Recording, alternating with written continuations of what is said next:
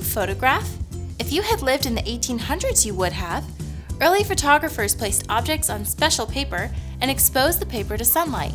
By doing this, the photographers created images called photograms or sunprints. Creating sunprints demonstrates the power of the star at the center of our solar system.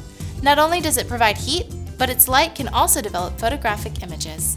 For this project, let's use our 5 core habits: naming, attending, memorizing, expressing, and storytelling. Let's start by asking, what are the parts of the sun? Do you remember? The parts of the sun are core, radiative zone, convective zone, sunspots, photosphere, solar flare, and corona. For this experiment, we'll need 1 sun kit, 1 dishpan of water, and small simple objects to complete this project. It's important that we complete it on a sunny day. Choose objects and lay them on the print paper. Make sure the print paper is in a sunny spot. This allows the paper to undergo a chemical change and develop using the light of the sun. You can be creative and try different techniques in arranging the items, like layering them to produce different effects. Once the exposure time has elapsed, the objects can be removed. Place the print in a dishpan of water.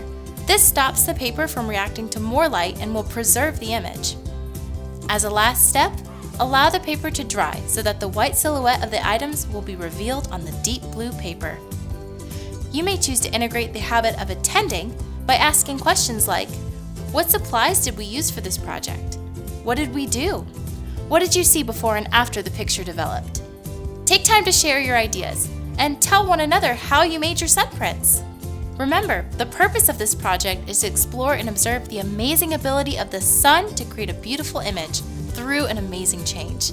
Using the core habits helps us consider and apply what we've learned through exploration.